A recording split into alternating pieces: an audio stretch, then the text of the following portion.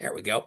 All right. Welcome to the Baltimore County Delegation meeting on the 27th day of February. We are one day short of halfway through session, and we have today with us folks from the Department of Legislative Services to address budgetary information relevant to Baltimore County.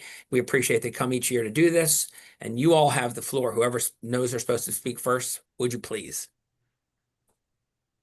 Good morning, Chair Ebersol. I'll be very brief. This year, we're very fortunate to have two exceptional fellows join our State Aid team, and I'm pleased to turn it over to one of them. So over to you, Colin. Thank you, Arnold. Good morning, Chair Ebersol and members of the Baltimore County Delegation.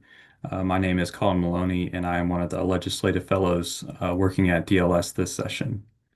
I'm joined by some members of our state aid team, our manager Hiram Birch, senior policy analyst Arnold Aja and Valerie Monroe, and my peer legislative fellow Alize Malik. I'll be presenting a high-level briefing on state aid to Baltimore County, focusing on key or notable figures, followed by an analysis of the governor's proposals and their impact on the county. So once we begin sharing the screen.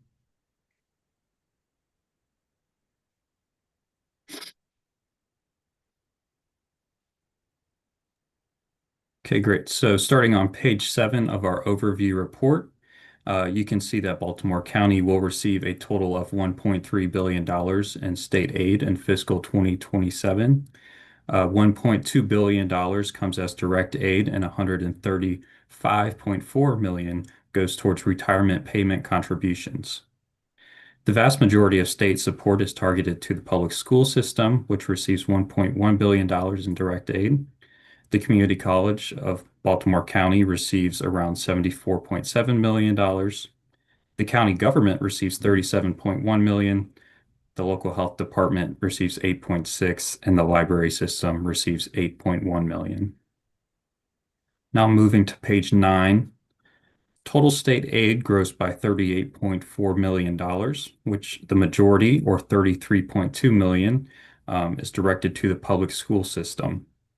Funding for the Community College of Baltimore County and the local health department increases by $1.9 million and $1.8 million, respectively. The library system also experiences a considerable increase in funding.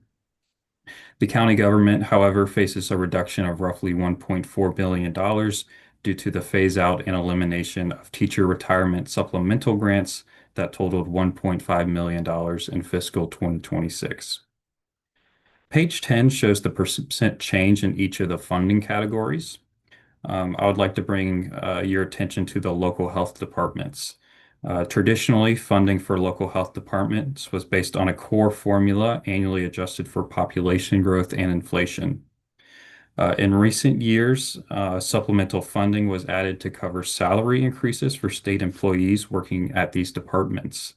Last session, budget language was included to restrict growth adjustments to the core formula only. And it appears that the agency has reshuffled formula funding to comply with this requirement. Since the county's local health department is staffed by county employees rather than state personnel, the county receives funding solely from the core formula and therefore benefits from this change. So the county receives a 26.5% increase in funding from the prior year. On page 20 through 22, you'll find information on police aid enhancement grants, which provide funding based on the number of violent crime offenses occurring within each jurisdiction. This is the 5th consecutive year that the state budget has included discretionary funding for this purpose. Funding has traditionally been reallocated each year using the latest Uniform Crime Report. The administration's approach this year is different. Jurisdictions are getting the same amount as last year, and Baltimore City receives a small enhancement. On page 21, you can see how the change in allocation approach affects funding. These figures reflect what allocations would look like using the most recent Uniform Crime Report for calendar 2024. Because the county's share of violent crime offenses has increased, the county loses out on over $741,000 from using the prior year's uniform crime data from calendar year 2023. Around a third of jurisdictions are negatively impacted. Of the two-thirds that benefit from this change includes Baltimore City and Prince George's, who collectively count for about half of the violent crime offenses in the state and have long had the highest concentration of violent crime. Page 31 shows highway user revenue funding. In fiscal year 2027, Baltimore County receives $15.3 million, which is largely consistent with the prior year. Moving back to page 28 for a minute, something you should be aware of if you look at the table is that under current law, gasoline and motor vehicle revenue account distributions will revert to fiscal 2024 levels beginning in fiscal 2028.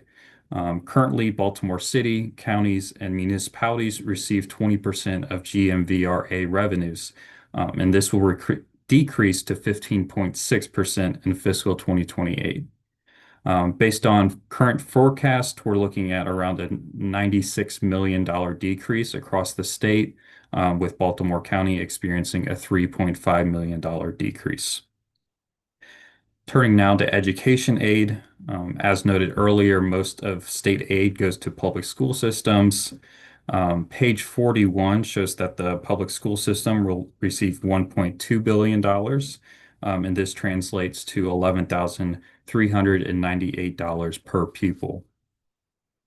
Page 42 breaks down funding between direct aid and teachers' retirement. Most direct aid supports at-risk students and is distributed based on local wealth, with less wealthy jurisdictions receiving more aid per pupil. Retirement payments are based on cost and salaries, not wealth. Page 43 shows that Baltimore County experiences a 5.2% increase in per pupil direct aid, slightly above the statewide average of 4.6%.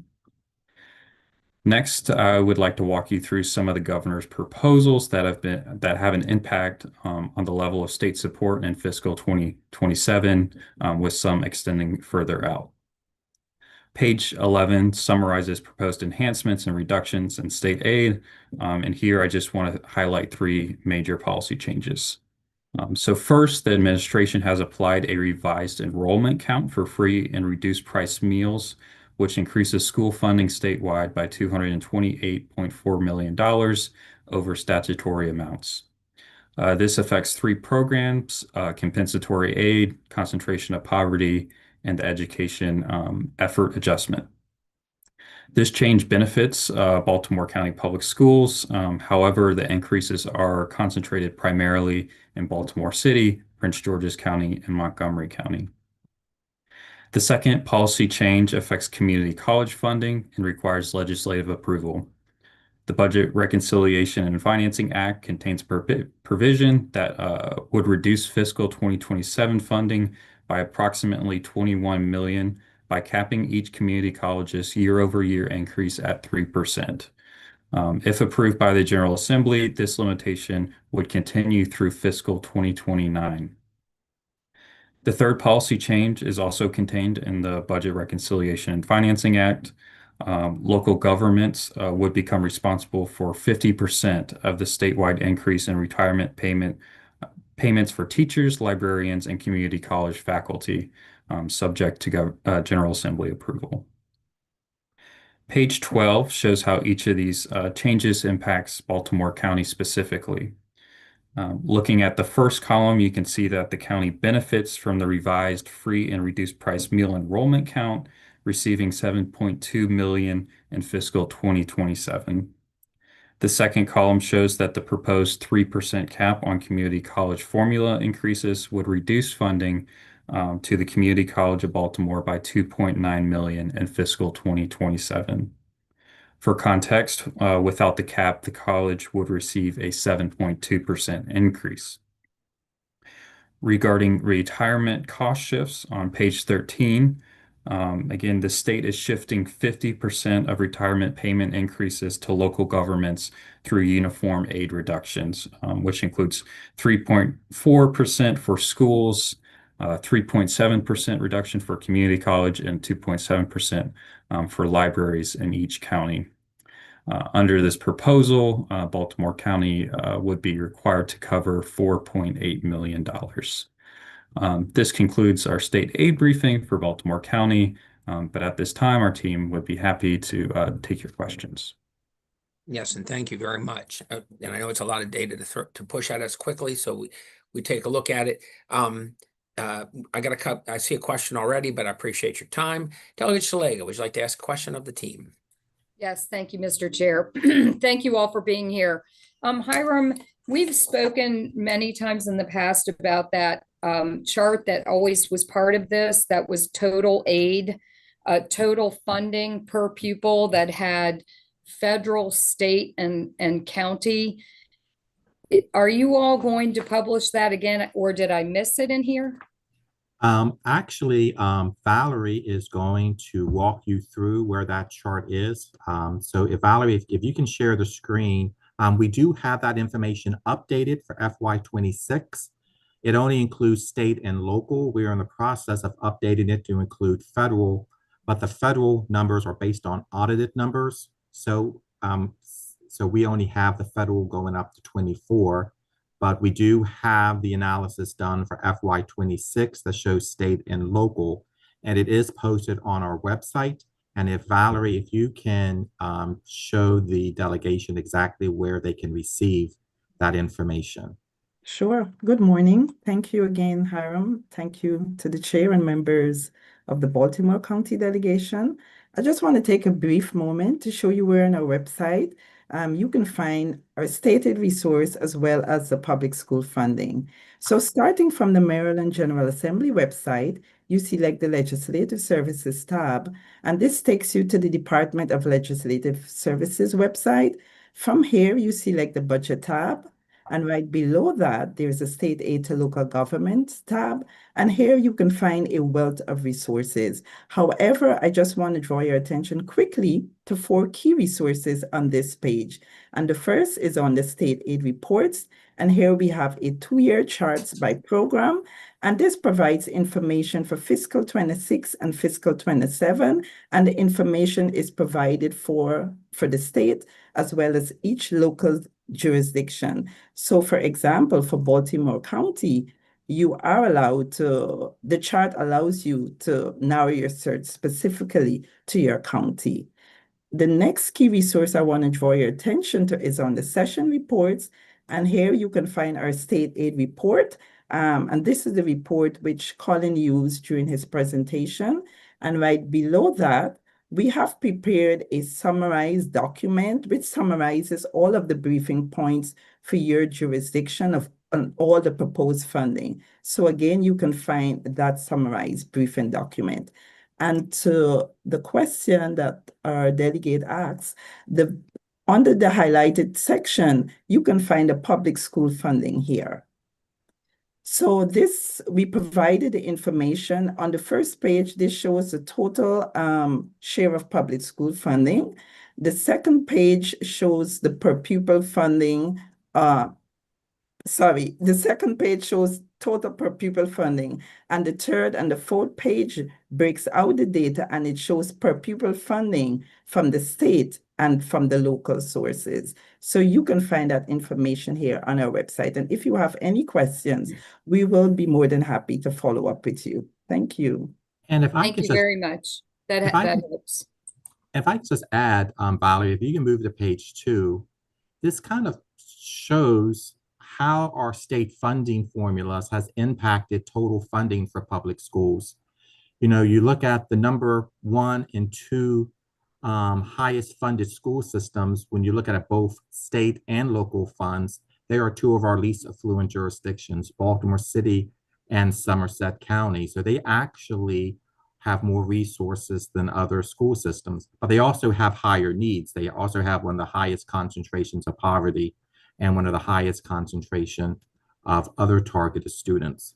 But that kind of shows you how our state funding system has worked. And if you go to page 3, it kind of shows you that the funds for public schools are targeted to the jurisdictions with a lower tax base and also jurisdictions with a higher percentage of students concentrated in poverty.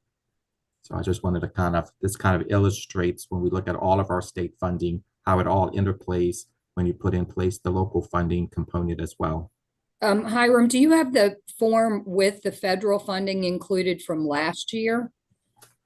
I That think it would significantly boost the per pupil for Baltimore City because I believe they get a lot of federal funding, if I'm correct. correct. That information is also available on our website, but is at a different location. And Valerie, if you can show them, if you go to, and we're in the process of redesigning our website, that information is in our local government website under our local government overview report.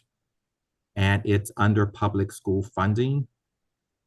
And that would be under the 25 report, Valerie, because we haven't updated it for 26 yet for that piece.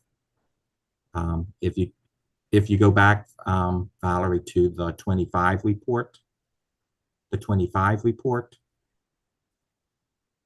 the 25 report, Sorry, the 26 report. give me 1 second. You need to you need to go to the hyperlink. That's the 25 report. Yeah. You're still in the 26 report, Valerie. You need to go down to the 25 report. My apologies. Yeah. But when you do go to the 25 report there, you do see we have per pupil federal as well.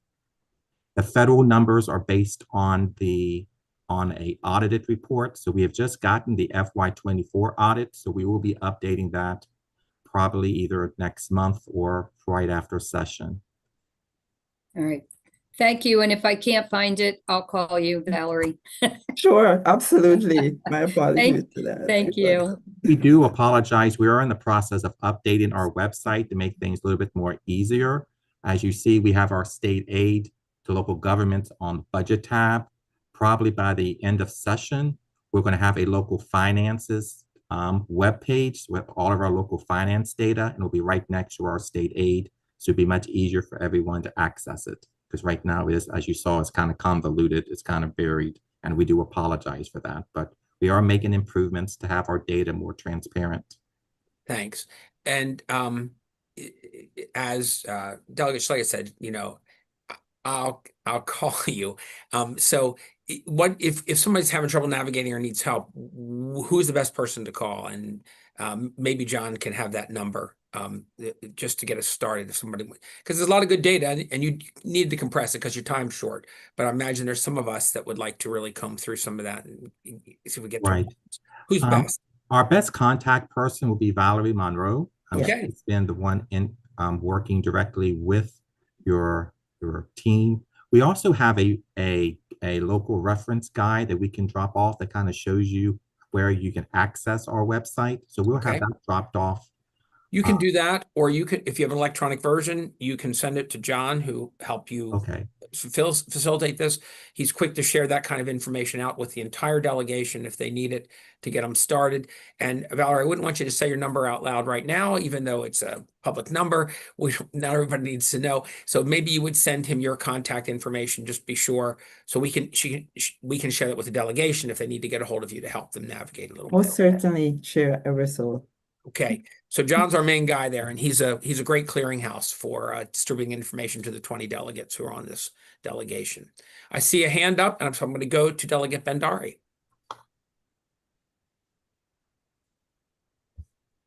I'm not hearing him. Is anyone else?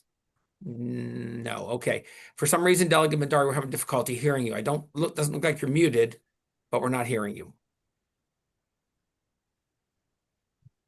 It's a nice smile, though. It's a beautiful smile you got there. I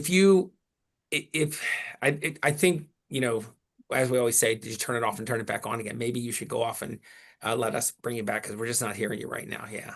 To that end, I don't want to lose you guys because he has a question. So I want to say thank you all for being here. Let's just give him a minute to see if he comes back online and can ask his question. Let's just give it 60 seconds or so. So everybody look smart for a minute here on camera. Okay, I'll try. It's not my easiest task.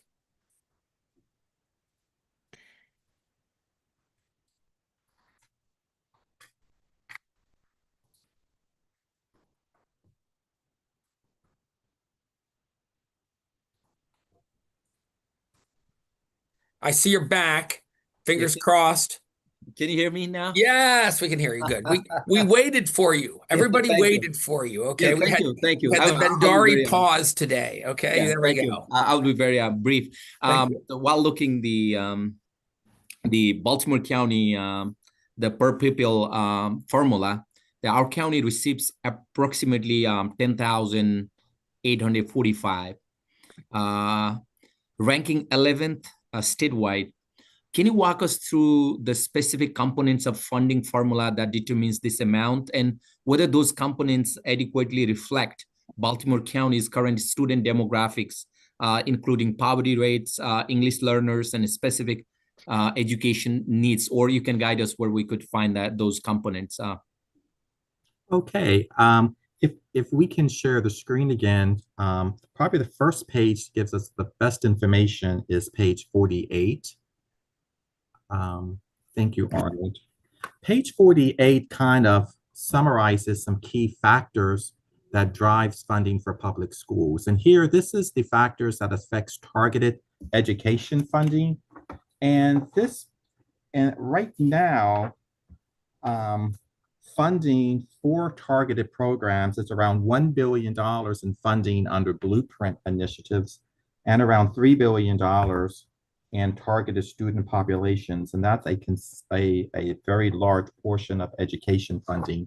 You can see that when we look at our targeted student index, and this is basically adding together the share of the school system's enrollment that's either free reduced price meal eligible, limited English language learners, and our special education. So this basically guides the funding for those major programs. And you can see that Baltimore County ranks 9, around 80 with an 82.5. It's just slightly above the state average. So when you're looking at your student demographic population, Baltimore County is around average mix when you're looking at those 3 targeted groups. Then the next factor that kind of affects funding is your local wealth per pupil. Around 70% of state education aid and even a larger percent of direct aid is based on local wealth. And that comprises your county tax, your county property tax base, and your income tax base.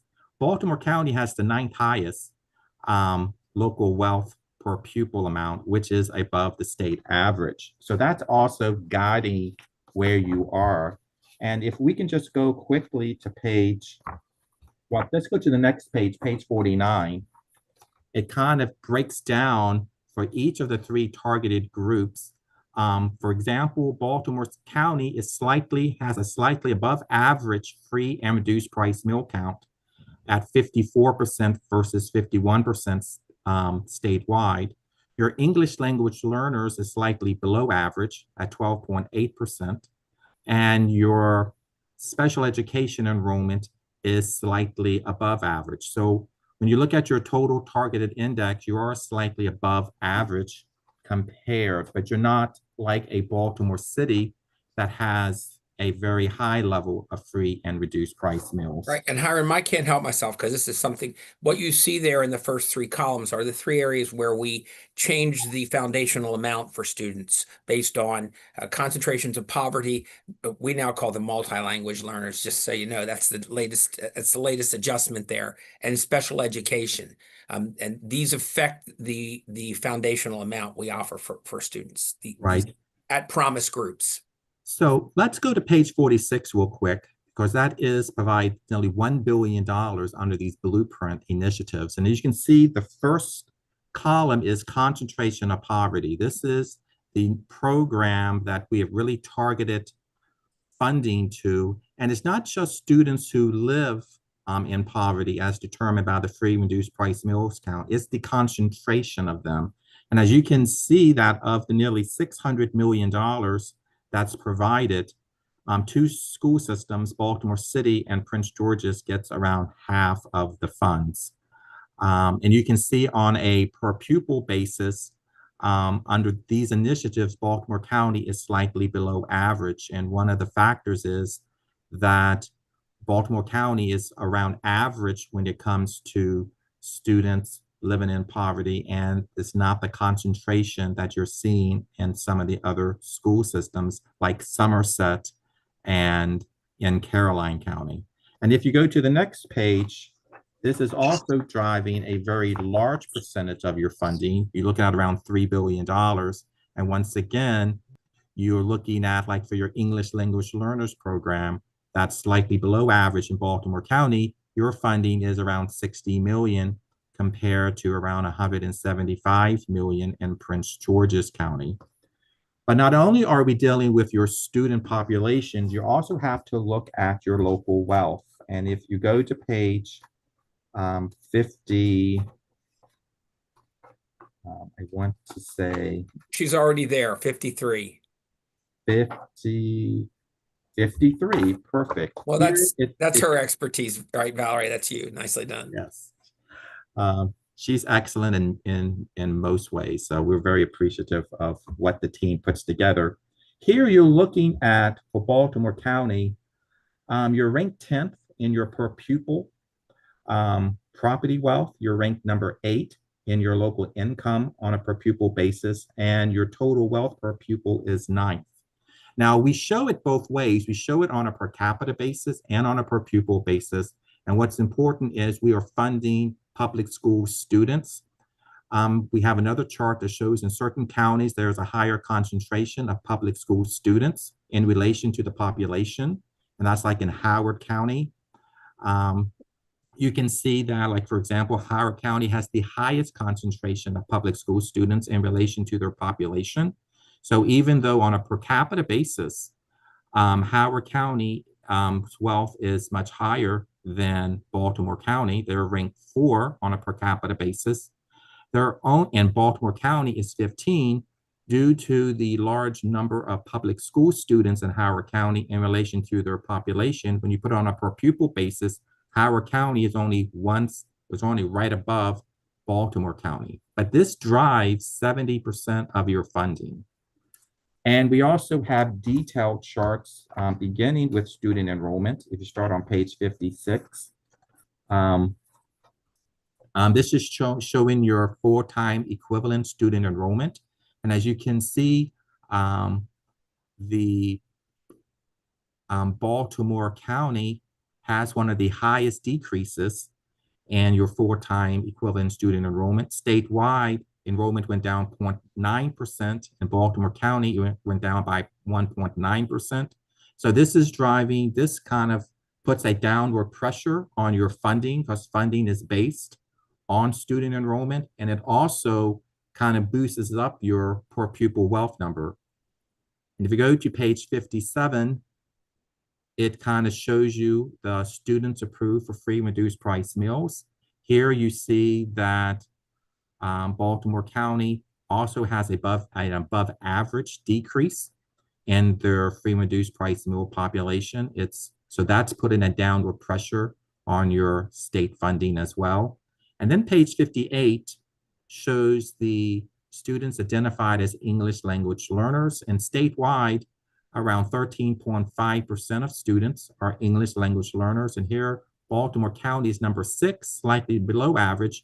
But you can see, like in Prince George's County, over 25% of their students are English language learners. And also on the Eastern Shore, you see jurisdictions with a high percentage in Talbot and Wycomico.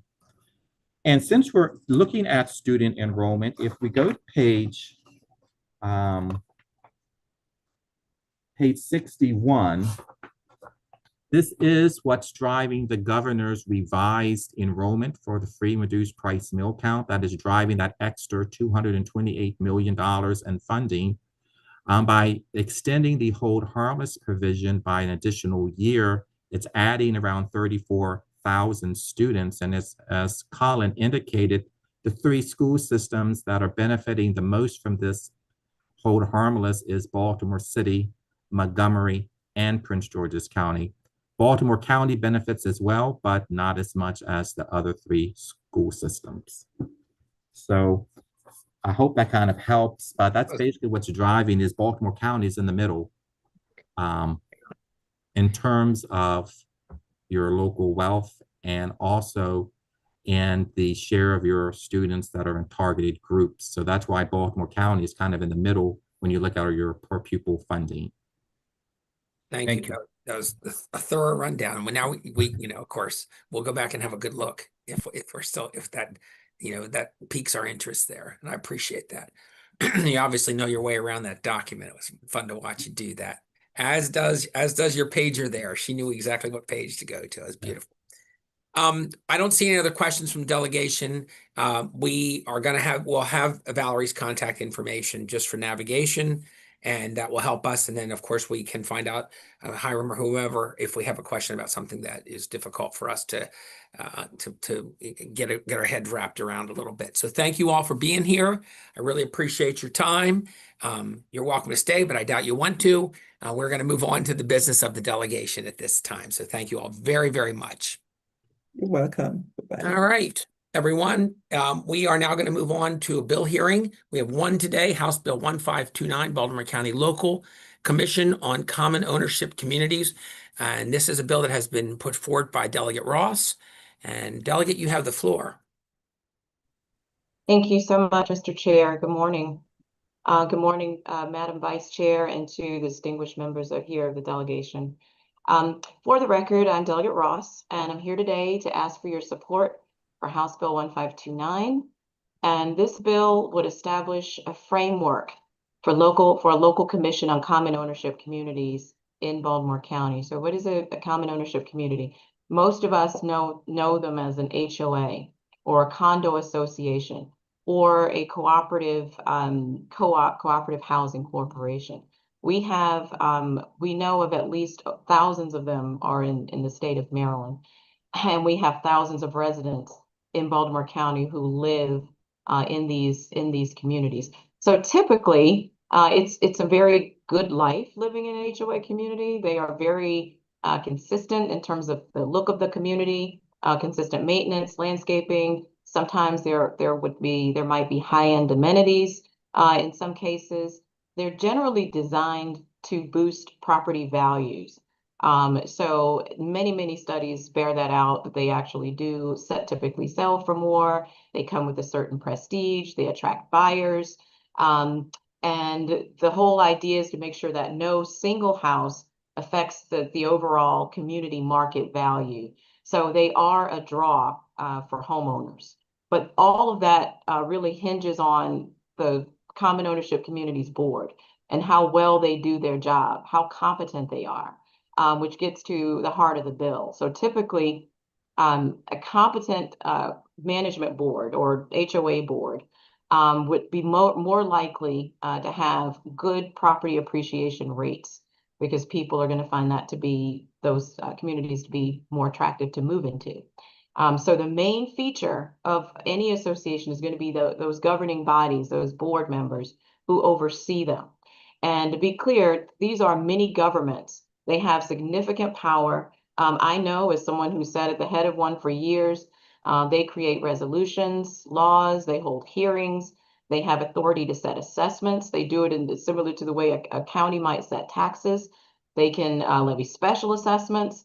They manage a reserve fund for capital expenses. They can place liens on properties for unpaid dues, fees, and fines, which could lead to foreclosure if they are not resolved. These mini governments operate all across Baltimore County with no oversight or support locally, not even a website of who they are or where they are. So they really do fly under the radar. Yet the individuals overseeing them have a great amount of authority to really impact the life of the people who live there, for a lot of people in Baltimore County. So why should we care about this? Mostly because we want to improve the quality of life for the people who live in our communities. But we also know that high property values are directly linked to a strong local economy. And these associations, as I mentioned, they can boost local economies through well-maintained neighborhoods. Home property values significantly affect the county. They help determine the size of its tax base, which directly funds our local services like schools and roads and public safety. So we want to make sure that they are well-maintained, that the boards who oversee them are educated, dedicated, that they have adequate resources and support to do a good job. So what we can do is laid out in this bill. It would, I'm sure everybody here has read the bill, so I won't read over it, but it would essentially provide support services to common ownership communities and the residents who live there. It would help them to understand their rights and their obligations as a homeowner in an HOA or COA. It would assist common ownership communities during transition periods if they're moving from property management companies. There's a lot that goes into it. I've navigated it myself, trying to look at bids from different property management companies and trying to investigate their background. They are looking at contracts. They're trying to get a good property manager, because that speaks to how well that community is going to be cared for day to day. So this commission would help them with that very, very heavy lift. Over time, that commission would have, or some of the commissioners might come in the door with familiarity of different property managers and could advise them of who might work best for their community. So they do a lot. The training is optional to board members, but they would be offering that, this commission. They'd potentially offer mediation and conflict resolution services. So a great support to the boards and the homeowners in those communities. Overall, and you'll hear in just a minute from representatives from the two other counties who already have these commissions in place, but overall, it helps to keep legal fees down for the HOA, COA, by reducing the number of disputes, by encouraging more of an informal resolution process. It helps them to do what HOAs have always done: attract new homeowners, ensure high quality living, and help boost the economy. Those are three things that we all care a great deal about. So just point of clarification, this is not mandating the commission in Baltimore County. It is a framework, and your support for this bill is supporting that all of these things that a commission would offer, you agree would be helpful to common ownership communities in Baltimore County. Think of it as this bill it's more of like a franchise. So you can decide if you want to buy the McDonald's, but you don't get to decide if it's going to be golden arches or purple arches. You don't get to decide if you're going to do fish sticks or burgers. You follow whatever that corporate template is. That's what this bill is. This is the template that says it's got to have these components of it. But the council will be determining if they want to establish a commission or not. I do know of a number of communities who will strongly advocate for this when and if we pass this bill. And I will join them in that advocacy, but that would be left up to the county to determine. So this is not that. This is not a regulatory body. They would not be licensing anyone. They would not be creating laws. We do that here on the state level through the Homeowners Association Act and the Condo Association Act.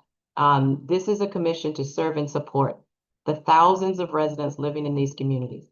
It's not a takeover by Baltimore County. It's taking responsibility for supporting and knowing who these organizations are and how they're serving the people of our county. So it's about accountability. I'm going to let Montgomery County, Prince George's County have already established similar commissions.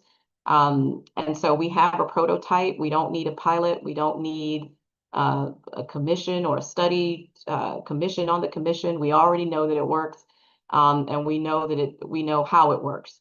So I hope you will support the bill, and let's make common ownership communities great again. Thank you, Mr. Chair. And thank you, Delegate, for laying this bill before us. We have 4 people in the room who would like to testify. I'm going to remind the people who are here that we allow for 2 minutes. We won't yell at you at the end, but we will ask you to summarize if we get to 2 minutes.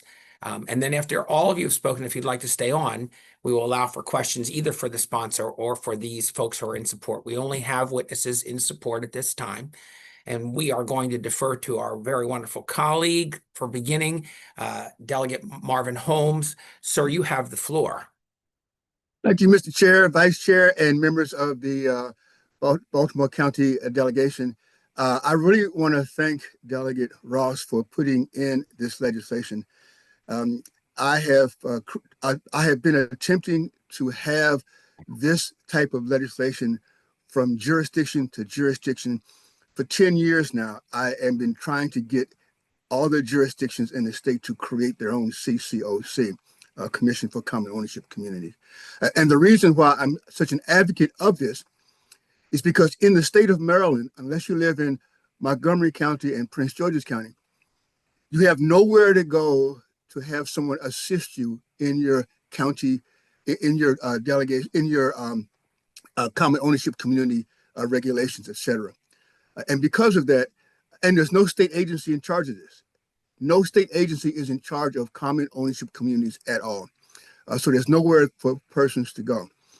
When I created this full framework that Delegate Ross has in front of you, I basically framed it after one that is used in Montgomery County, which in my opinion is the most effective in the state at the current time. As I indicated, there are two in the state, Montgomery County and Prince George's County.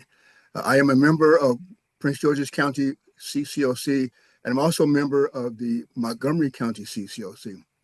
I'm also the vice chair of the Montgomery County CCOC. And what you have in front of you is a framework that works very efficiently. It allows for you, Baltimore County, to get involved in how your common ownership communities are going to be managed and how they're going to be efficiently restored in some cases. Because right now, there's no place for persons to go with questions. Oh, okay. If you have any questions, I'm still here. Thank you. Look at you. Thank you. Thank you very much. Sounds like you're on stage at the at an awards thing in there, you know. All right.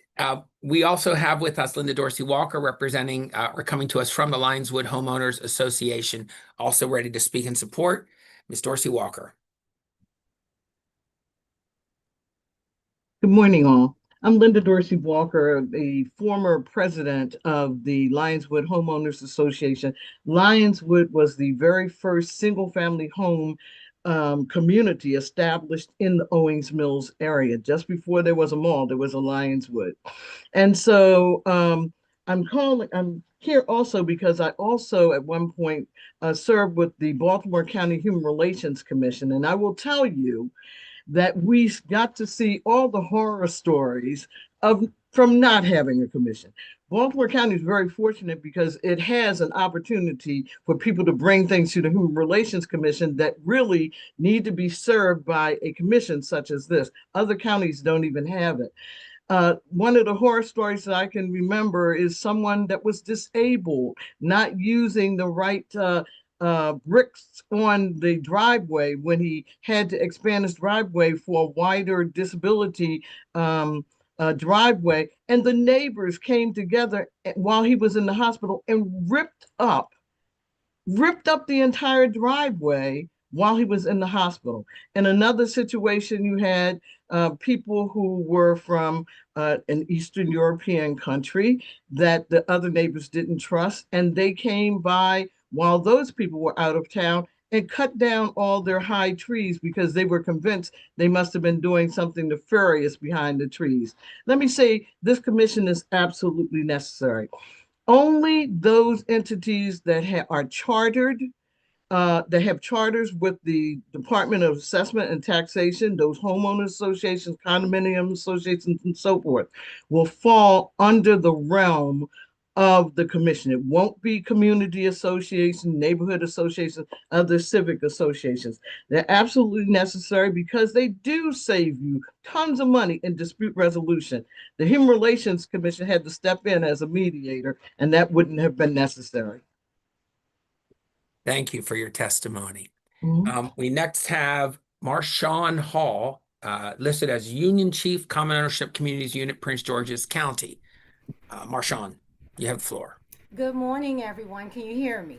We can indeed. Okay, great. Good morning, Chair and members of the delegation. My name is Marshawn Hall, and I serve as the Unit Chief for the Common Ownership Communities program here in Prince George's County. I am here in strong support of legislation to establish a similar framework in Baltimore County Common ownership communities, they already operate as microgovernments where they collect assessments, maintain shared property, enforce governing documents, and make financial decisions that directly impact residents' quality of life.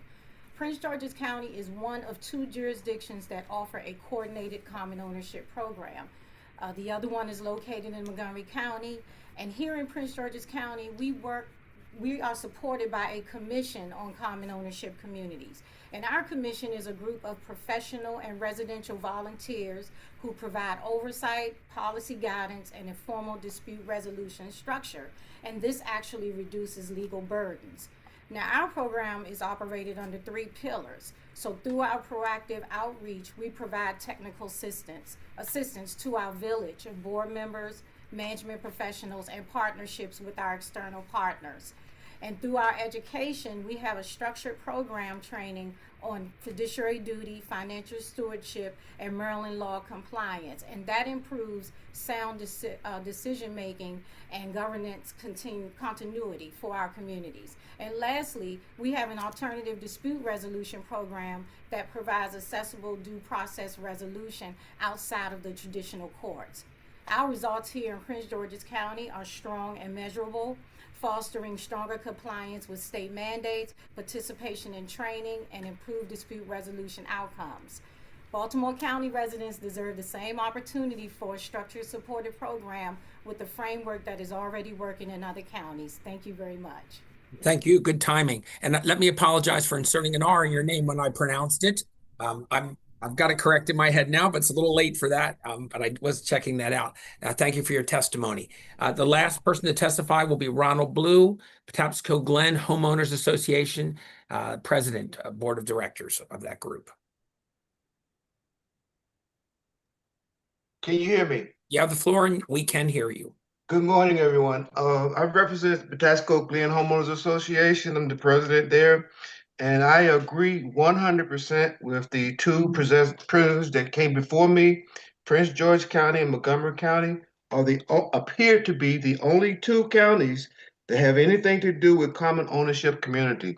Baltimore County is behind. We need something in place. I'm going to refer to one report that was done in 2015, and I would like that report to be submitted to you guys somehow or another. That report has some recommendations on common ownership communities. That report has been out there for 11 years, and I guess Baltimore County is not aware of it, but it's highly recommended that the county look at this report and look at some of the recommendations. That would be all I have to say at this particular time. There are some other issues with the commission and with the homeowners association and concern. My concern would be some audits. There appear to be no audits involved. And at that point, I return the floor back. Thank you, Mr. Chairman. Well, and thank you, sir. I think probably just to get everything out on the table so the questions can be broad, we will go to our representative of Baltimore County government, Kyan Twessajay, to get any sort of light they would like to shed on this issue. Ms. Twessajay, you're up. Thank you so much for the time, Mr. Chair. At this time, the county will not be taking a position, but we do want to provide the delegation with some information just regarding this commission. The process to stand up a commission in Baltimore County requires extensive staff work. And at this time, we also want the delegation to realize that the county will not have any kind of particular insight to provide for this commission simply because HOAs are regulated at the state level. But we do thank Delegate Ross for making this enabling legislation and not, a mandate for us. But we do suspect a fiscal impact with all our commissions that we do have in the county. We don't know what the impact would be, but we are definitely working with the sponsor on this bill, and we are willing to just keep communicating. But at this time, we have no position, but there will be some operational and some fiscal impact on us at this time.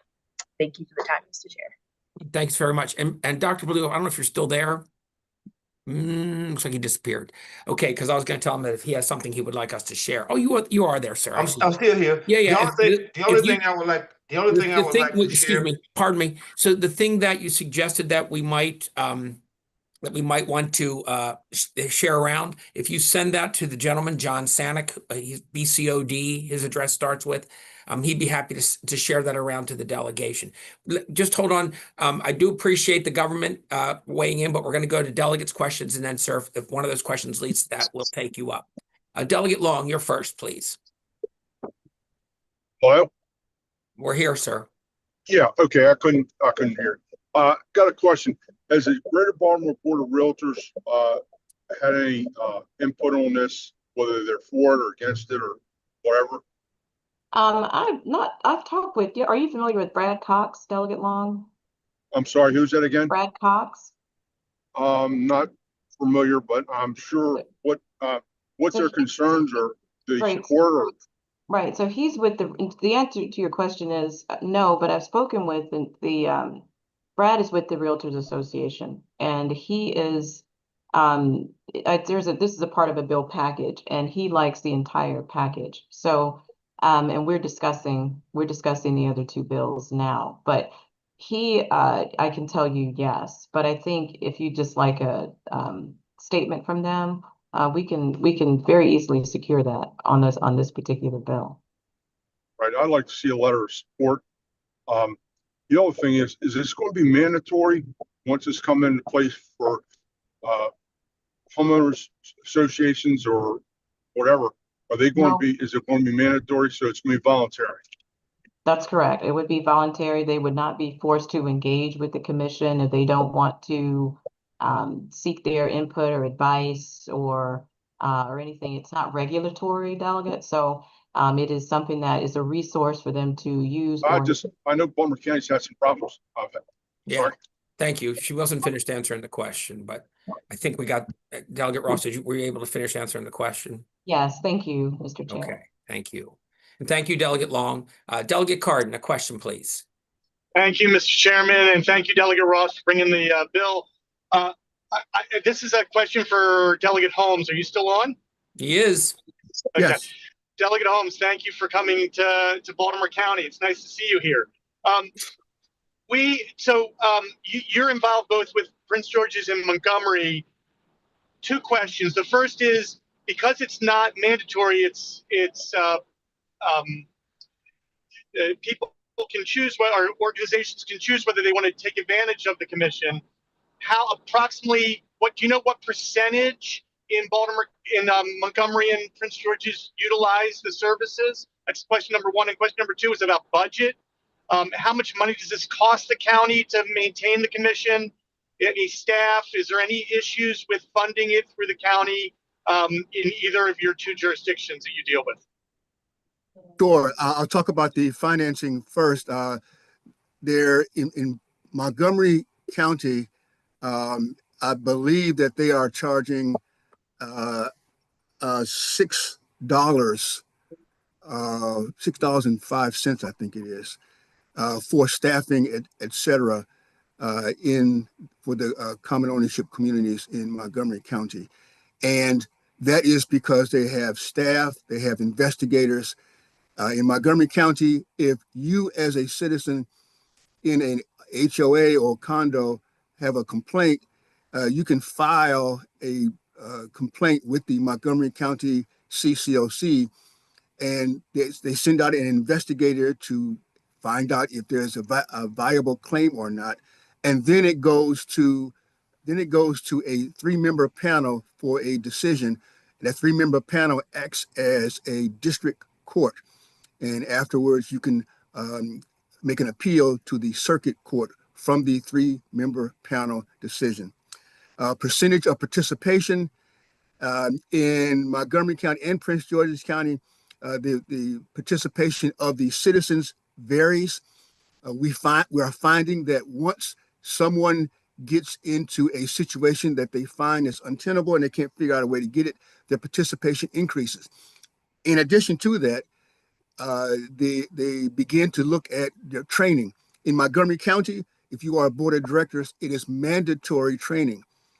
And in Prince George's County, it's not mandatory training, but we find that once persons get into a little bit of trouble, they do start taking the training almost immediately. Okay, so just one quick follow-up. Do all associations that would be that are under the jurisdiction, are all of them required to pay some sort of fee, even if they're not voluntarily participating? There is a fee, and Michonne can correct me on this one. There is a fee that the HOAs and condos pay so that we can know how many we can. We need to have their bylaws. We need to have their bylaws in the record so we can figure out what kind of complications are being we have to address once a claim is filed. So there's a fee to file that with the common ownership community. Yes. What I will say is in Prince George's County, we do not have any fees at this time. Yeah. Our commission is volunteers, and it's minimal cost for the commission because they're volunteers. We do have strong support from our residents through our outreach. We've had measurable results, and the So community. thank you, ma'am. The question was about percentages, and I think we're going to stick to that. We have to watch our time here. Appreciate you weighing in. Okay, but thank you. we're going to try to stick to the questions. And Okay, thank you. thank you. I do appreciate you. Please understand. Delegate Pastor. Yes, thank you. I start by saying that I'm Delegate Holmes trained. Okay, trained, beaten down, and the whole 9 yards, pulled up and supported. So Aren't we all? Oh, girl, this is a different world. So I can certainly appreciate this bill. So thank you. Just because it emanated from Delegate Holmes. But here's my question, and I do understand the COC and live in one. So where I'm unclear is the relationship between the management company that I'll use mine that we have that does all of the things that you have outlined and their relationship with the commission, because I live in the development of the people on the hill. So I can just on the mountaintop, they think. So I can just see issues here. So can you explain what happens when you do have that management company and an attorney that sees themselves doing these kinds of things in terms of the residents and beyond, as the county knows? So will you just explain for me the relationship between this commission and that company? And this question's for the sponsor, am I correct? For the sponsor, yes. Okay, Sure. thank you. Yeah, no, that's a good question. So you'll see this in the bill where it talks about the commission would maintain information and a referral system for county services related to common ownership communities. A part of what this commission will do, just to try to get ahead of some of those bad actors that are out there. There's some really shoddy property management companies. What they will do is have a referral system in place to be able to advise these communities on who has the solid track record, who they've already had good experiences with. So a part of this network is about having these communities not having to vet these companies on their own, which leads to a lot of the problems that they eventually experience, personal experience noted. But if they are engaged in a dispute, so if the community or a resident in the community has a concern that involves a property management company, they absolutely would be engaged to resolve that issue. They typically, and I've experienced a lot of that, or where there's something that the property manager has or has not done, and typically the boards will work with the property managers to resolve that. But if they were unable to, they absolutely could consult with this commission for support. Thank you. Thank you so much, Delegate Holmes. Look at him. Or Delegate Ross. She'll never be the same. Thank you. And now I see Delegate Naraki has a hand raised. Delegate Naraki. Thank you, Mr. Chair. It's also good to see my former housing chair here on the meeting joining us today. I've heard about these issues once or twice, Delegate Holmes. But my question actually is probably for Kayenda, Mr. Chair. Is Kayenda still with us? I'm here, Delegate. Good morning. Always good to catch up with you. I appreciate the fiscal conversation You and I definitely sharpened our pencils quite a bit on my IG bill to get us a really, I think, good fiscal note. Is the county able to get us a more definitive fiscal note as to what this commission will cost? I understand there's costs per what you said, but I'd like to have a little bit more of a dollar figure if possible. No, absolutely. And I think it's very unknown because of the language of the bill, and not in a sense that it's not, it doesn't require everyone to like have training, and it's not mandatory as it is in some other counties. But for us, we don't have an office or a specific department in Baltimore County that handles HOAs or even addresses them. So at this time, it's not like we have dedicated staff to this. We would have to somebody in the county executive's office, or however we do decide to stand this up at the local level, would now have to dedicate those time and those resources. And because we wouldn't actually know where to fit this in, we're not truly sure. But what I can do is give you a potential estimate of what it usually would cost, what a budget would look like for just a simple commission. But also with the responsibilities and the duties of this one particularly, that one it will be very, very rough. It'll be a rough estimate. So I can try to get you some numbers, but it won't be as definitive as I could, make them. Again, this is enabling legislation. It is not mandatory, and a lot of these things aren't necessarily required of everyone on the commission to, actually do. But the extensiveness and what the intent is, the number may just keep increasing as we move on with years and as the commission just exists. Sure, and that's fair, kind of. And I totally understand that it would just be an estimate, but I would like to see some sort of ballpark of where you think it is. So absolutely. I think that would be helpful for all of us just to understand what we're talking about here, if possible. I can do that for you. Thank you, Delegate. Okay, thank you. I'm sure the chair of the subcommittee would be interested in that too. Delegate Ruth would certainly probably love to have that at that general and perhaps somewhat accurate estimate of that. So thank you.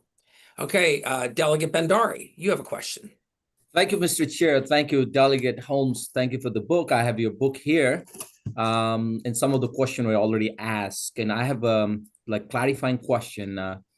Can you please clarify which common ownership communities in Baltimore County would fall under this framework, and how we ensure it applies only to formally charter entities such as HOAs or condominiums, not the informal civic or neighborhood association? That would be my number one questions. Number two question, definitely fiscal and administrative impact. I understood there will be modest association fees, and if the county could give us the number, that would be wonderful. Last question, when we talk about measurable outcome and precedent, in Prince George County and Montgomery counties, where similar program already exists, do we have any measurable outcomes data that we have seen, particularly regarding reduced litigation, improved compliance, and stronger dispute resolution? If the Prince George County and Montgomery County could speak and provide the data to our delegation, would be wonderful. So I'm feeling like these questions are directed either to Delegate Holmes or Delegate Ross. Does that sound about right to you, Delegate Bhandari? The first questions to Delegate Holmes, last question to Prince George County and Montgomery County. Okay, here we go. Can you repeat briefly the first question again? I could barely hear. Yeah, he bunched a bunch together there. No. I mean, just Delegate. I'm sorry. So can you clarify which common ownership communities in Baltimore County would fall under this framework? Let me grab that. That would be HOAs, condos, and co-ops. Got you. Okay. And then the next, you had three, I think, didn't you? I was trying to follow. Yeah, no, I mean, kind of already answered that. Okay, great. Number three, Prince George County or Montgomery counties, could you share our delegation some measurable outcomes that we have seen, like they were talking in their testimony, the reduced litigation, improved compliance, or stronger dispute resolution? And Sean, I think that one is to you, so I'd love it if you would weigh in there. Okay, great. Thank you very much. So here in Prince George's County, we have a registration process, whereas our registrations for our communities have increased by 50%. And with this, those particular communities have also engaged in our training. And so we are able to take a tally of the communities and community members that have taken our training. And so we've had probably about a 30% increase in training from year to year from when I first started. In addition to that, our participation in our commission meetings, our participation is a remarkable 300%, literally. This is from the time that I came here in 2023. And so with that, for us, that's measurable results. We've done over 200 community meetings for 2020, almost 200 for 2025. So that from 2023 for us was a 100% increase. And so we are continuously building our program here. Thank you. And thank you. Okay, so that's the last question I see from a delegate. Mr. Schwarker, I've seen your hand, but this is the time when the members of the delegation actually ask questions. If one had been directed to you, we'd have been happy to have you on board, but I think they got their questions answered, and there's lots of time. We're not voting on this bill today. If we want to talk to people about it during the week, prior to the subcommittee, the Community Affairs Subcommittee, all that is perfectly available. A nice presentation, good to have some experts on board, and of course, we all are fawning over Delegate Holmes today. Nice of you to come, sir. All right, that concludes the hearing on that bill. We are now going to move to voting. And the bill that we were in the midst of last week, we were in the midst of a favorable motion on House Bill 305 when a motion was put in according to Mason's rules to ask to hold the bill, and that motion passed, and so we have held the bill. The bill is now back before us, and so I will put forth that we're ready to vote, but before that, of course, we allow if there are any comments or questions before we take the vote on the bill.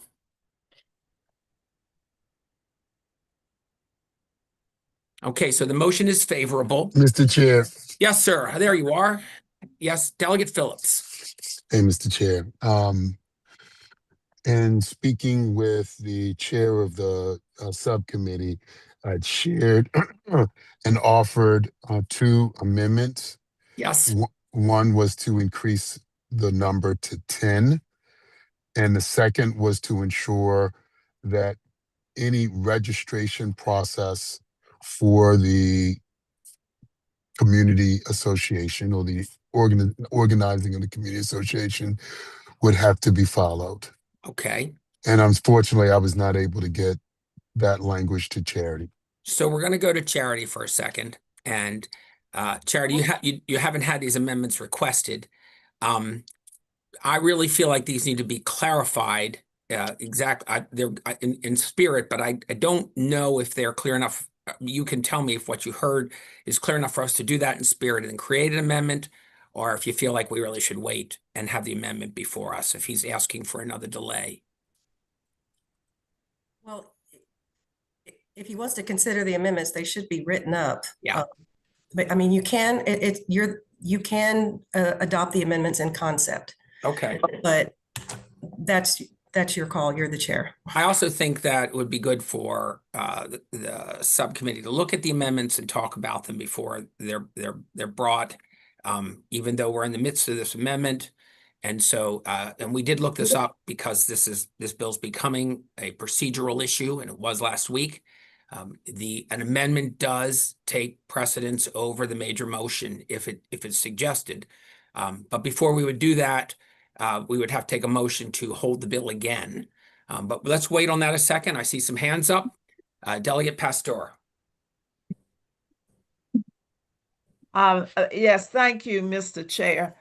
My concern, I appreciated the extra time. I'm still feeling just that this in many ways is subjective. I would like to see some more clarification in terms of this. So I would like to see, I'm just hearing about an amendment, but yeah, it would help my vote if I could wrap myself around those amendments. So, all right, it sounds like you are in a roundabout way suggesting that in a minute, let's not do it yet, that we take a motion to hold the bill to wait to look at amendments perhaps next week. Yes, am I right? Don't move it yet. Let's wait a second. Right, okay. Okay. All right, thank you. If you could, please. No, Just that's so we can fine. get centered here. No, that's fine, and I know other people want to speak. Thank you. Delegate Grammer. Thank you, Mr. Chair. So just for clarity, these amendments would kill the bill. And we've taken all of the amendments from the developers and the housing folks, except these, because this really is the crux of the bill. Okay. And it would make the statute really unusable. All right. And remember, so we're modeling our bill after what was used in the city to help city folks deal with community blight and nuisance issues. And as a matter of, procedure, can we try and do this sometime between the voting sessions? Because at this point, there's no reason to at this time. We have plenty of meetings left, and I appreciate the suggestion. But what we're going to do is we're going to go according to procedure here, just like we did last week. And so in a minute, I'm going to go to Delegate Phillips and see if he wants to make a motion. Or I see Delegate Ruth, and I don't know if she's if she has commentary. Delegate Ruth. Thank you. I just wanted to add one bit of information, which is I believe this bill is in GLEE, and GLEE will not have a hearing on a bill until they get the delegation letter. So not even just that they won't vote, I believe they won't even have a hearing. Yeah, different committees handle that differently, and that's good insight on how government labor and elections is treating them. So Delegate Phillips, since you're the one who said something about an amendment and you gave them in a general spirit of them so people have an idea, and since the sponsor of the bill has weighed in about how he feels about those amendments, I'm curious if you would like to move once again to hold this bill for another week for the purpose of presenting amendments. Mr.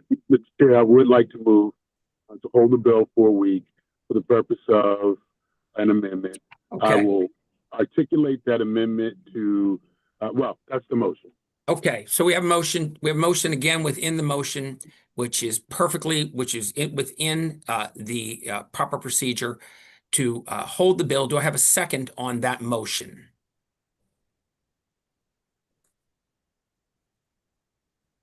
Second. Okay, I got a proper second on it. So I see the sponsor shaking his head no. So we're gonna do this. We're gonna make sure we get this right.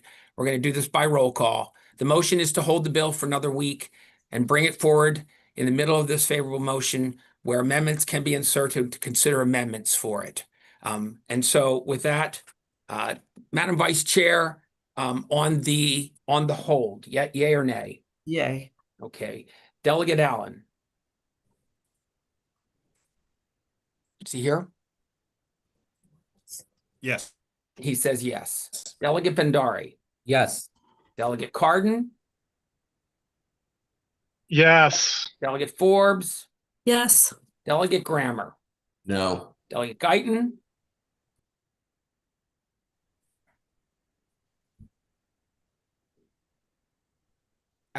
Is she on? Okay, she's She's not on camera. okay. Delegate Guyton, are you there to vote on the motion to hold? Okay. Delegate Long. Delegate Long, are you there?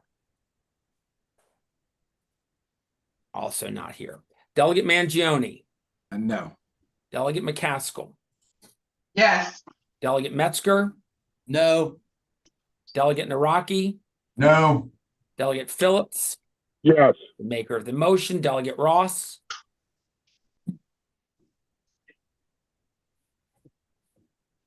I see you there. If you want to just put your thumb up or down, that'll work. I can see you.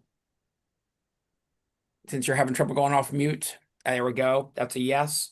Delegate Ruth. Yes. Delegate Stein. Yes. Delegate Shalega. No. And Delegate White. Colin, she's not on yet, is she? Okay, this is a simple vote of the majority of the quorum present. The vote is 10-5. Mr. Secretary, do you agree with that count? Yes, Mr. Chair. Okay, so the motion to hold the bill is done. I see hands up. However, we're out of this bill now. We are holding this bill until next week. Discussion may continue, but since I see the chair of the subcommittee with her hand up, I'm going to give her a chance just to weigh in briefly on the procedure and what will happen next. Thank you, Mr. Chair. I just was going to say, since I'm on Glee, I can let the chair know that this is still in process and Okay. that may be coming over. Thank you so much for that. I do appreciate that. Okay, that concludes the work on House Bill 305 at this time. We will hold that one in stasis. We're now going to move to bills concerning the election of the Baltimore County Board of Education. And we have the Education Subcommittee Chair to report on either one of those bills at this time. Delegate Forbes, Chair, you have the floor. Thank you, Mr. Chair. Thank you, everyone. The Education Subcommittee met this week and voted favorably on HB 1140, which is the Baltimore County Board of Education that alters the membership to 9 elected members and 2 appointed members. Thank you. And so there's a favorable motion. Do you want to make a motion on behalf of the subcommittee? Move favorable on the bill, please. Is there a second on House Bill 1140 as written? Second. I have a second. Okay. And so is there any further discussion on the bill at this time? Okay, seeing none, we'll move to a roll call on this one for certain. And so we'll start with the vice chair. We're voting favorable or unfavorable. Well, we're moving on a favorable motion for House Bill 1140. Madam Vice Chair. No. Okay. Secretary Allen. Yes. Okay. Delegate Bendari. Yes. Delegate Cardin. Yes. Delegate Forbes. Yes. Delegate Grammer. Yes. Delegate Guyton. Yes. Thank you. Delegate Long. Delegate Long just re-entered the waiting room, so I just admitted him. Okay, so since he's having a little trouble, we will allow the return on this one. As soon as he gets on, as soon as he's up and running, let me know. Delegate Mangione. Yes. Delegate McCaskill. No. Delegate Metzger. Yes. Delegate Naraki. Yes. Delegate Phillips. No. Delegate Ross. Yes. Delegate Ruth. May I explain my vote, Mr. Chair? If you make the vote first, you may. Thank you, Mr. Chair. I vote no. And my reasons are because I have concerns about changing the structure, particularly in light of some information that Delegate Phillips sent me. And I think the safest thing is to stay with our current structure and see how that plays out. It's easier to go from 7 to 9 than it is to go from 9 and then back to 7 if it doesn't work. So I vote no. Thank you for that. Delegate Stein. Yes. Delegate Shalega. Yes. And Delegate White Holland, I believe, is excused unless she's found her way in here. Chair doesn't vote. And so the count is Mr. Chair. Yes. Delegate Oh, yeah. Long is in the room. Delegate Long, forgot about you. Delegate Long. That's all right. On My the bill, phone. 9. Yes. Okay, 1140. Okay. So I'm going to check the numbers here. We have 13 votes in favor of the favorable motion. Ms. Secretary, is that jibe with you? Check, Mr. Chair. Okay, so the motion passes. That is a constitutional majority of the group, and we will send a letter to the proper committee with our support of that bill. The next bill that is on the agenda is the next County Board of Election bill, but I've been advised by counsel that bringing this bill would be in direct conflict with the bill we just passed, and therefore would be an action that really wouldn't make any sense. And so I'm going to put that bill aside for a vote at this time. Delegate Ross, I see your hand up. Was that were you just voting, or is it just up, or do you? No, actually, I did have a question, but it's probably a moot point now. Like Yeah. when the delegate mentioned the new information from Delegate Phillips, I wondered if that was something that went out to the group. If I wanted to be sure I wasn't deprived an opportunity there to see something that was true. We got it just during this meeting. It came into my mailbox. I don't know when everyone else received it. So I haven't had time to read it actually, because I'm here keeping things going. So that was sent out. I think a text may have come around earlier in the morning, about 8:45 or so. I'm guessing at the time. So that's what came there. Yeah. All right. All right. That concludes the action on both of those bills at this time. We're doing pretty well.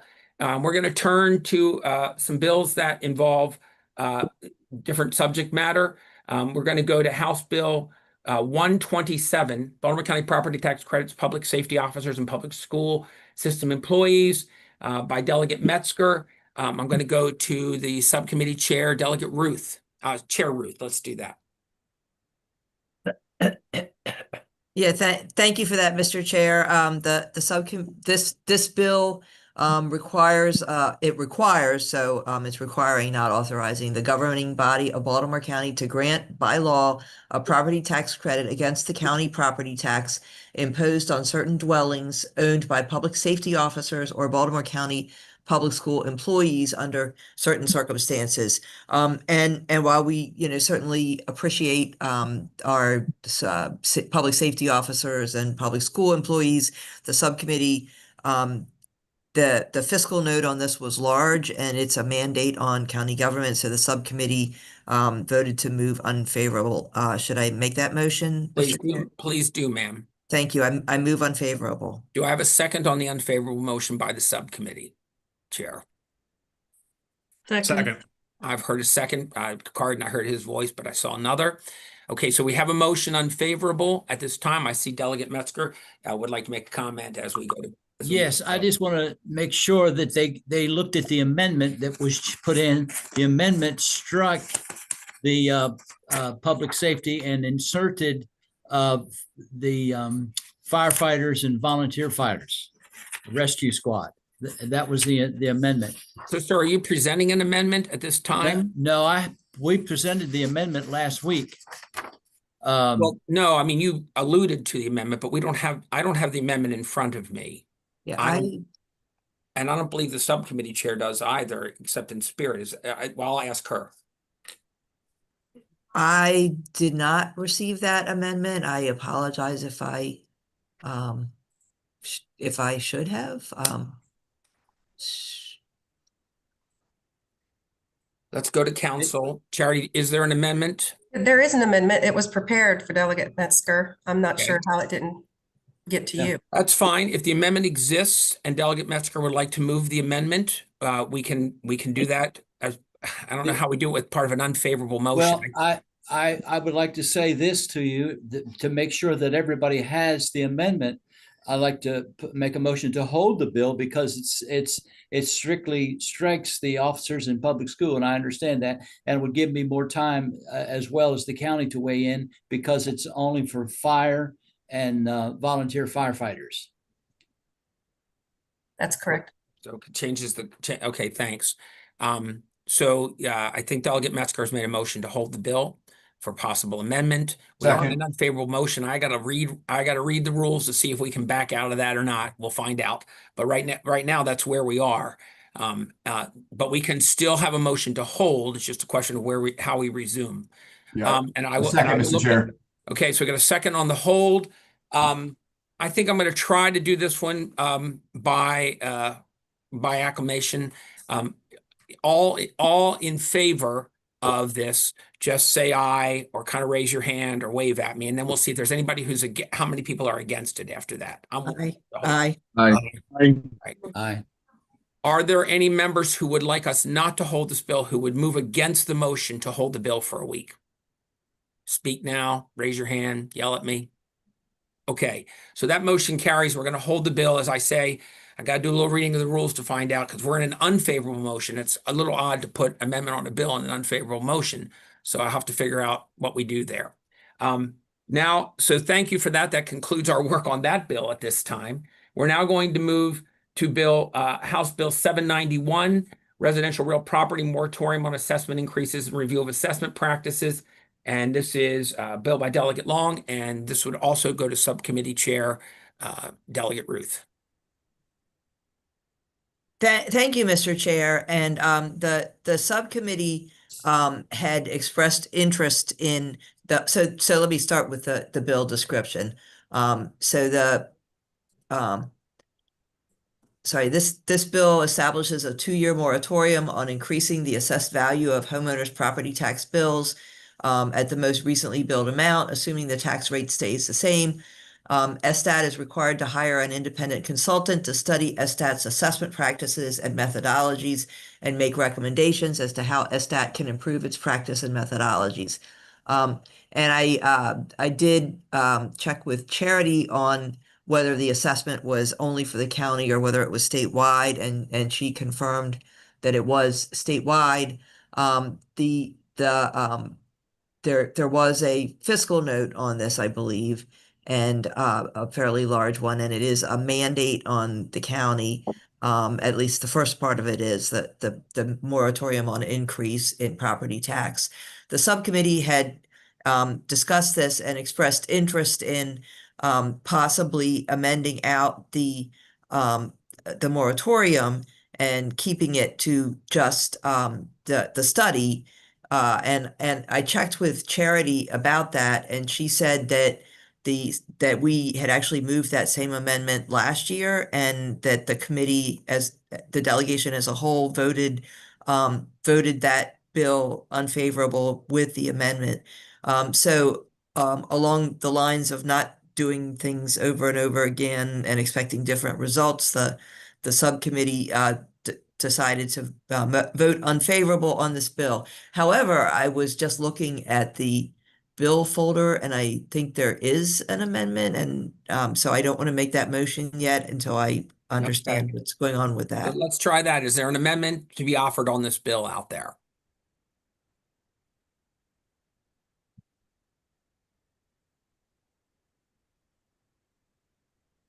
Delegate Long?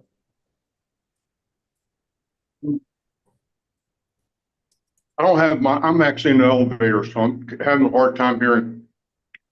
Okay, so we don't have. Delegate Long, I'm sorry, Mr. Chair. No, go ahead, please. Delegate Long, were you offering an amendment on HB 791? You know what? I can't remember. I just did so many amendments. Hold on for a minute. I'd like to offer an amendment, but you just said that you weren't going to entertain it because it's already voted down. Well, I have not made that motion. Not made a motion, right? She has not made a motion in the delegation yet on this. So I'm offering an opportunity for an amendment to be placed on the bill. Okay, I don't have one right now. Could we put this on hold until next week so I can draft another amendment to make it a study? One of these days, we're going to actually vote on a bill. Mr. Chair, can I ask Charity if she knows the status of the amendment? I do. I was just waiting for Delegate Long to acknowledge the amendment because. Okay, so the amendment exists. The amendment exists. It was drafted to be offered in committee. But no one has had a chance to look at it. Not the delegation. The subcommittee has had a glance at it, and nobody else in the committee really knows what it is. So we'd have to. It's the same amendment that was taken up last year. Okay. It's striking the moratorium, keeping the study, but because it makes the bill a statewide bill as opposed to a delegation bill, Delegate Long requested it for the standing committee. So, Charity, what would we do if we adopt an amendment that makes it a statewide bill? Then we're out of the picture. Is that correct? We no longer really need to move on the bill. Right. It's not specific to Baltimore County anyway. Right. The standing committee would not need your letter of approval. I'm not even sure how we put an amendment on to make it a statewide bill. I think that would be up to him to do with the actual committee that holds the bill. And that's what he's done. Okay, so then I would say perhaps Delegate Long would like to withdraw the bill from consideration by Baltimore County delegation, since the amendment that he actually wants would make it statewide. Delegate Long, did you understand what I just said? Yes, and that's what I agreed to. Yeah. Okay, so sir, I'm going to go to the subcommittee chair and say that the sponsor has no longer has interest in having this bill being considered by the delegation. And that I would like to know if it's okay with you as a subcommittee chair, if we move on from this bill at this time. There's no motion on it, so we don't have to hold it. We can just move on from it. That would be perfectly fine. Thank you, Mr. Okay, and that's okay with you, Delegate Long? I'm double checking because we're kind of slushing around here a little bit. Okay. Yeah. Thank you. Okay, that takes care then of, well, it doesn't take care of, but that certainly takes care of our action on Delegate Long's House Bill 791. There is yet one more bill, House Bill 1546, Baltimore County Homestead Property Cracks individuals with at least 65 years of age. You are up again, Delegate Ruth, Chair Ruth. Thank you, Mr. Chair.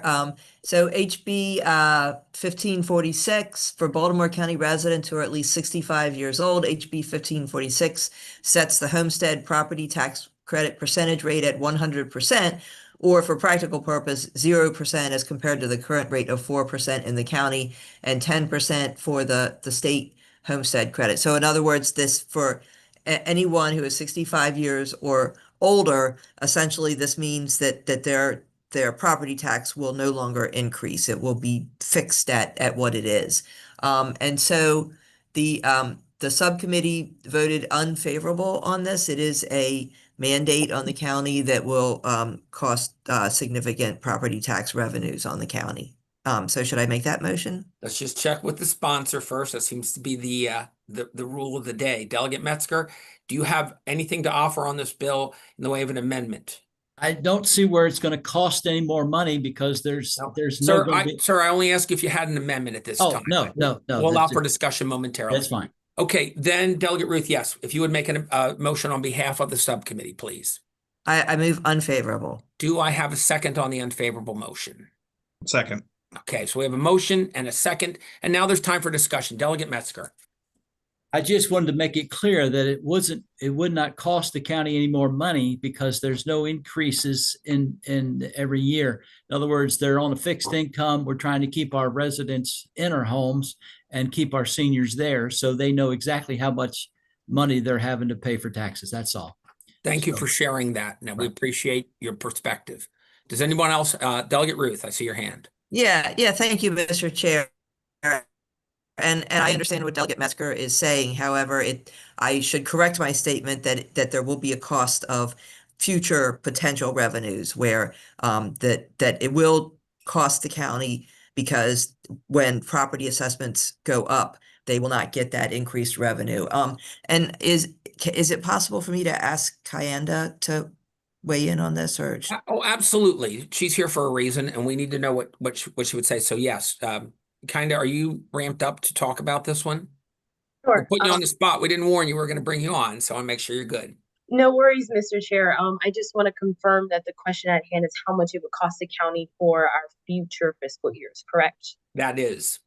Okay, so in the fiscal note, it was estimated that in FY27, it would cost, we would have a decrease of 54.6 million. I don't know if I can call on Council Charity to keep me straight. And then in FY28, it would increase to $110 million decrease. Okay. Does that, Well, Chair Ruth, is that good? I'm sorry, I think she was going to say something else. Oh, I'm sorry. She froze on me. I'm trying to keep my computer going. It's a trick for me. No worries. But that's overall our estimates right now. And just from our previous year, again, our seniors are about 19.1% of our population in the county, and we got about, I want to say maybe maybe like 80 from that number, and even a decrease of 19% from FY26 is like an $8 million hit for us. So. Right. Thank you. And Mr. Chair, I did just want to point out that there's no income cap on this. So it's all seniors, including those who may be wealthy and comfortable, living comfortably. Okay. Thank you for that addition. I see the Vice Chair's hand up. Ma'am, you have the floor. Yeah, thank you. I would like to hear what Charity has to say. Yep, I'm over 65. So I understand that some seniors might not care about this, but I haven't done a senior. I just need to understand really the real financial impact, because we do have a lot of seniors who would really do better or level out because what they get in is not going to fill the gap. Yeah. I suspect that's outside of what Charity's comfortable Okay, well, addressing. Kayanda, do you But Kayanda could, yes. Kayanda that question? I just want to know how these numbers are fashioned before I vote. That's a big number, and for 19% of people. So I just like to hear her explain that a little bit more. Thank you. So, Kayanda? thank you, Mr. Chair, for the time, and thank you, Delegate Pastor, for the question. I just want to confirm that the question is how we calculate this decrease in percentage that we would get if this bill were to be enacted, correct? Correct. So at the time, we don't know the exact number of property owners who are above the age of 65 and over. But what we do estimate are these rough calculations of how many people we have right now as residents in our county who would potentially qualify. Now, again, the entire 19.1% may not be homeowners. But because there's additional, just work to understand how many are and what that impact would be, it still is very large. And again, the bill does not state a certain cap on income or even just a certain, cap of the property that would be assessed or the value of the assessed property. But due to that, we do estimate it would be in millions, even if it was just 5% of, those who were 65 and over, we would still be hitting a very large, decrease in our revenue from that. Thank you. Thank you. Thank you both, Mr. Chair and Kayanda. All right, if there's not further comment, and I don't see any hands up, we're moving on an unfavorable motion, which means a yes means you are moving against the bill, and a no means you are moving for, you're voting for the bill on some level. So on the unfavorable motion, Vice Chair Pasteur. Okay, let me make sure. A yes is I'm going with the unfavorable, and That's no. correct. Okay, no. Okay, so she votes no. Delegate Allen. Yes. Delegate Bendari. Delegate Bendari, are you there, please? Is he on? He's not on camera. Do you see him on the attendance list? Delegate Bendari, can you vote, please? Yes. Okay, there you go. Delegate Cardin. Yes. Delegate Forbes. Yes. Delegate Grammer. No. Delegate Guyton. Yes. Delegate Long. No. Okay. Delegate Mangione. No. Delegate McCaskill.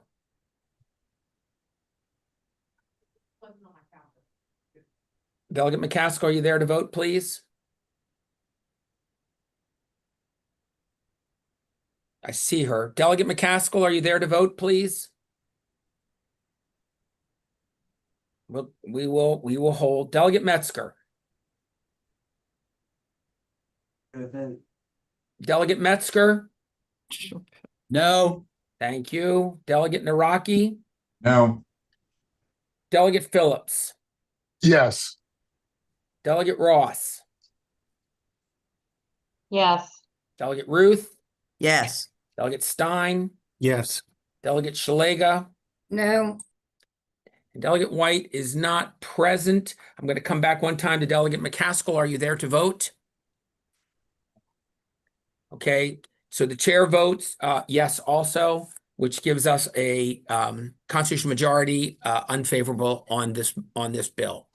And so we will not be sending this bill on. I will mention, we're done with that bill. Thank you. I will mention parenthetically, I forgot to say, and this is assumed, that the bill that we did move favorable on today will be sent with an amendment to change that bill to be the sponsor Baltimore County delegation.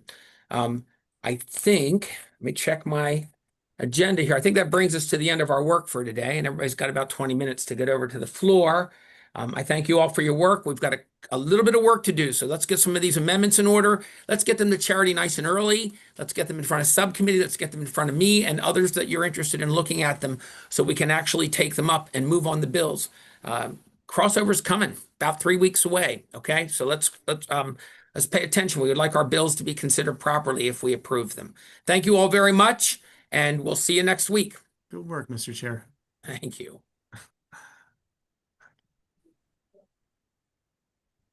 Hi, Delegate.